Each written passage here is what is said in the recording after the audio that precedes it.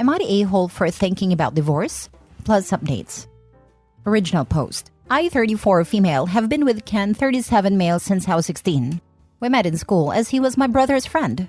We have been married for 10 years, have a 2-year-old son and one on the way. Ken has always been my person, the person who you can't picture life without, and I honestly can't remember not loving him. I grew up with him, he's my everything. Unfortunately, Ken has this issue where it takes in everyone else's feelings like to heart. I'm not saying it's a bad thing. However, recently his best friend of 20 years has just found out that his wife has been cheating on him and none of the children are his. Obviously, his friend is devastated and is staying in our guest room.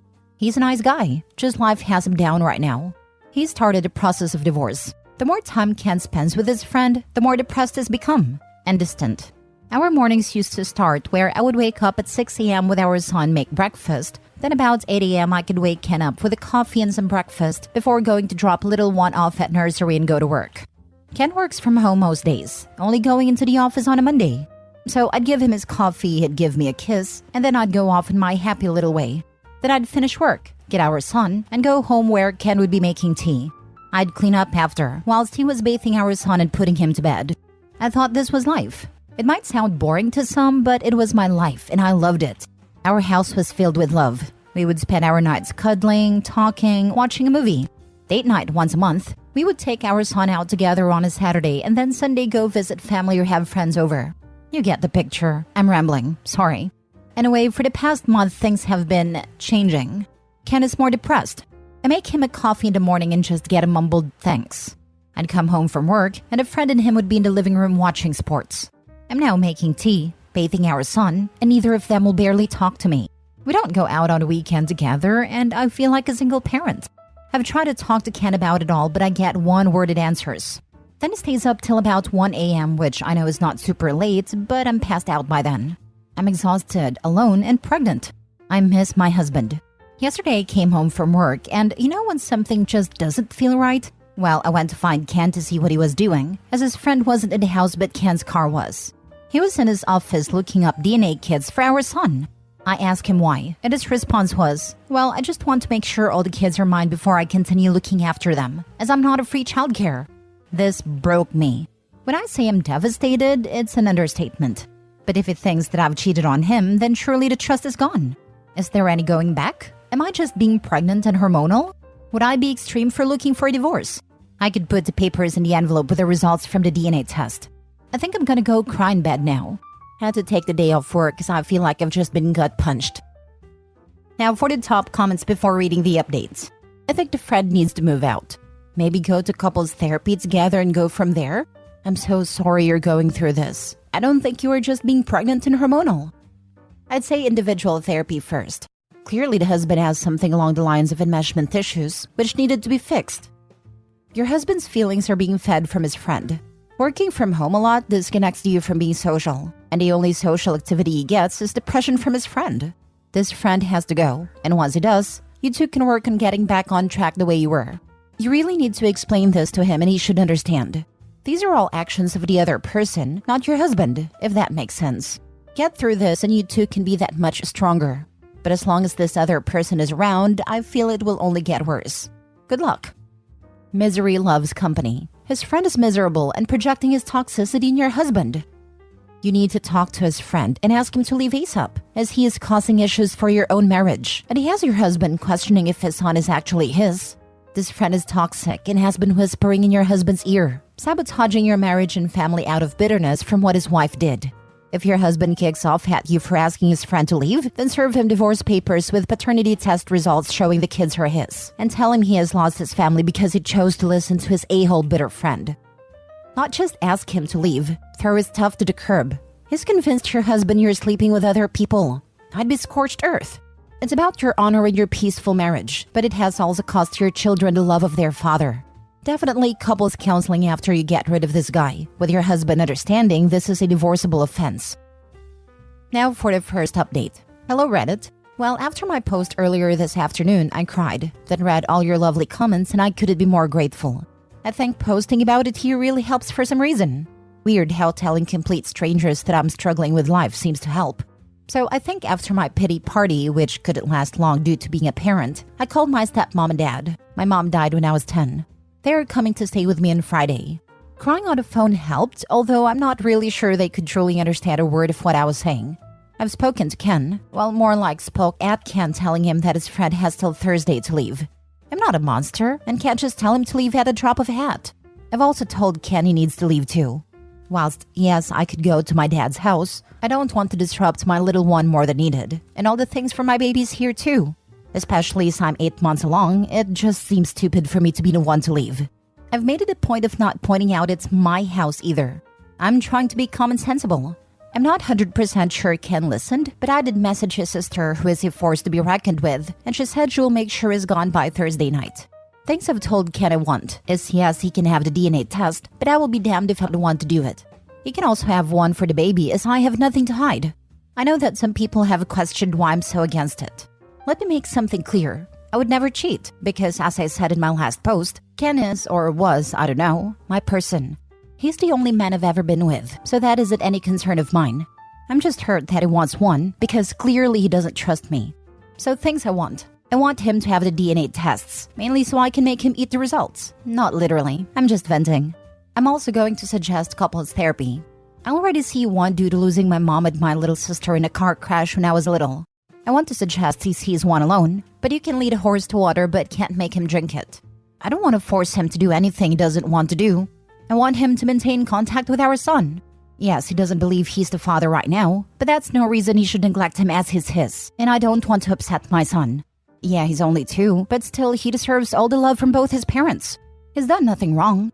Then obviously this one when he or she comes along. Still not sure about the state of my marriage, but even if divorce is what happens, I need to be able to get through to him so he can be the father he was. Am I going insane? Do I sound insane? I don't know why writing here helps so much. Thanks, Reddit. I want an update after Ken's sister rips him a new you-know-what. She's had enough. Oh yeah, he's broken.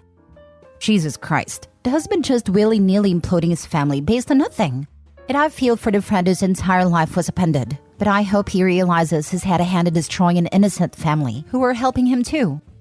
This happened to my friend, now divorced. Her husband's friend was in a terrible marriage and stayed only for his kids and is miserable. Stayed with my friend and her husband for a while. During this time, it poisoned a well and freaked her husband out. He refused to have babies because he was so afraid of becoming like his friend. Then everything was, my friend this, my friend says this, and he up and packed and left her and was like, I don't know if I can do this. No problems at all, planning to have kids, been together for a long time. Just was with his friend, and didn't want to be in a situation even though they have been planning for a family, and were always happy until that guy came around. Super sad. Your friend dodged a bullet. Scratch that, she dodged a missile. A well-forged piece of metal doesn't snap the first time it's tested. The man wasn't trustworthy and unable to give trust. Why would your friend want to stay married to and have children with someone flaky like that? Of course, the process of divorce is painful, but it was a blessing she found out when she did, rather than years later. I have a good friend who wasn't so fortunate. By the time she found out what a worm her husband was, she was almost past the age of having kids. I actually grew up with him and was his friend, but I don't speak to him after the way he acted, and she and I are still good friends. She doesn't have any kids and she really wanted to be a mom. She gave him her youth, and he squandered it by doing a bunch of dishonorable things I won't detail here. I hope your friend finds an emotionally mature and healthy guy, gets married again, and has the family she wants. Second update. Following my 2 other posts, I will answer some questions. Yes, it is my house. It was left to me when my mom died. I've lived here all my life.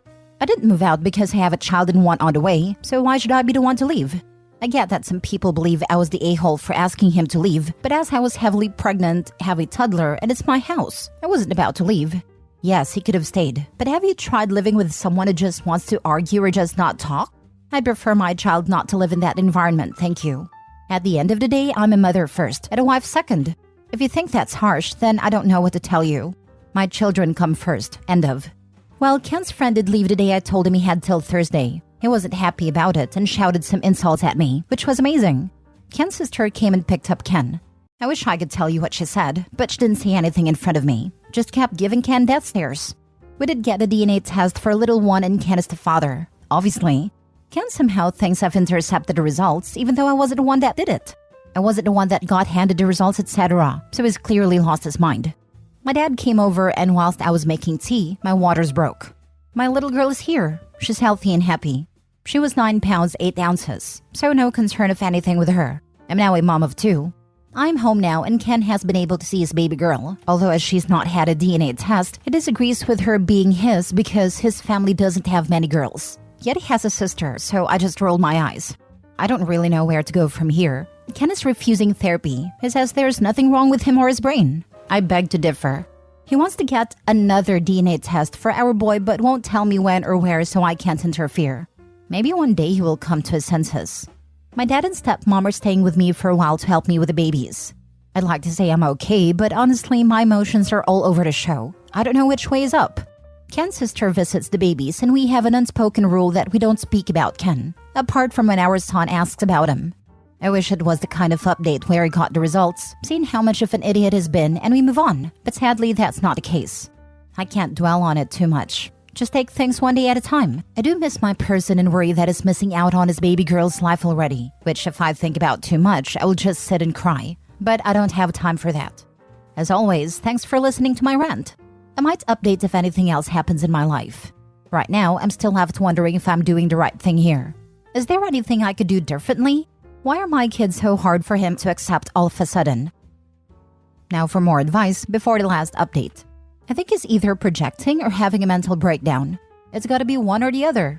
And tell his sister to tell him to get help or it's over. And make it clear that if he doesn't go to therapy/counseling or whatever, that a divorce is imminent. I'm leaning towards it being a total mental breakdown and his friend egged it on. I can't imagine what would cause such a sudden switch in personality otherwise.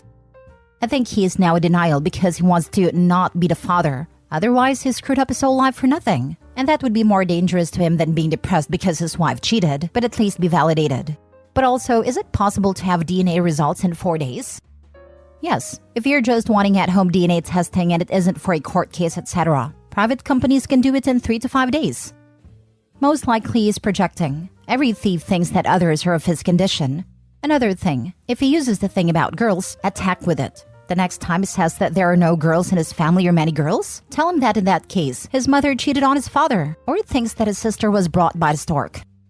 Do whatever is necessary legally to ensure daddy's supporting the kids financially. Do not let him off the hook. Now for the last update. Hello again, Reddit. Things have been bizarre, but now I have closure. I know what's happened to my marriage. I know what scum Ken really is.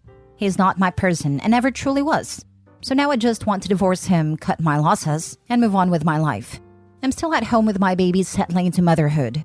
My dad and stepmom are still here, but they will be leaving soon once I'm more emotionally stable. To say I'm okay would be a lie, but now I know what I need to do. I have some sort of closure with Ken.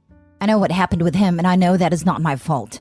Turns out Ken was having an affair and has a baby on the way. Even typing that makes me want to throw up. I found this out when a visibly pregnant lady just knocked on my door and asked me when I would be leaving the house as it's Ken's house. When I say this confused the crap out of me, I mean it. I talked to this woman for a while to try to work out what she was talking about. It turns out that she's Ken's side piece. Well, technically in her head, she's his fiancé. A month ago, Ken got down on one knee and proposed her in my freaking kitchen. Classy, right? So they have been seeing each other for a while. She's having his baby. She believes I'm the ex-wife who Ken is letting stay in his house till I get on my feet. We apparently broke up a few years ago, and none of my kids are Ken's. When I go to work in the mornings, Ken goes to her house and works from there. They were waiting for marriage to move in together. How are you trying to marry someone when you are already married? Freaking weirdo. I asked for proof of all this. She has pictures of them together. Apparently, she has a OnlyFans account that they make content together. Vomit. I told her we are still married and explained everything to her. I'm not sure what she's going to do, but hey, not my circus, not my monkey. Now I want a divorce. Is it true that once you talk to a solicitor about divorce, they can't represent the person you divorce? I want to go around our town and meet with as many solicitors as possible as the first hour is free, so that he has a very hard time getting representation? Is that too petty? The house is in my name only and is protected, so there is no way he can take it. I have all my money, and we do have a joint account, but that's just what we put our share of household bills in. I haven't spoken directly with Ken. His family have completely cut him off and has been kicked out of his sister's house. All those people that was concerned about him having tumor or something wrong with his brain, I really don't think that's the case. I think his actions just caught up to him as his lies were going to come out once his baby was born. I think that's what happened. He got backed into a corner and tried to fight his way out. Through divorce process, I will get the court to do DNA testing so he has proof for both, even if it chooses to nurture to particular attorneys/firms, though I won't comment on the ethics or morality of doing that, but it doesn't make any sense to try and block them from everyone. This is like the 10th story where the affair partner shows up to take the house that isn't even the cheaters to begin with. I used to own a house that I let my friends, or friends of friends, rent rooms from me while I also lived there. Some stayed for a year, some only months. Multiple people would lie to whoever they were dating at a time and tell them they owned a place. Blew my mind when it happened the first time. By the third and fourth time, I wasn't even fazed by it. For real, it's weird how people have this compulsion to lie about owning a home. I bought a house, and my now ex-boyfriend moved in with me. His credit was terrible and we couldn't get an apartment together, so I decided if I was going to be liable for everything, then I would buy. After I broke up with him and kicked him out, a friend/coworker came to me and was clearly struggling to tell me something. Her friend's boyfriend worked with my boyfriend, and my boyfriend had been telling people he bought my house. My friend's friend quickly corrected things, but it was telling that dropping the boyfriend was the right move on my end. They lie about saving for a home too. When I was single and dating, there were so many dudes in their late 20s who lived with their parents, but were doing so to save up for a house. The simple question, so what is your timeline? Usually got a glassy-eyed stare. I just stopped agreeing to date anyone who still lived with their mother at that point. Ugh.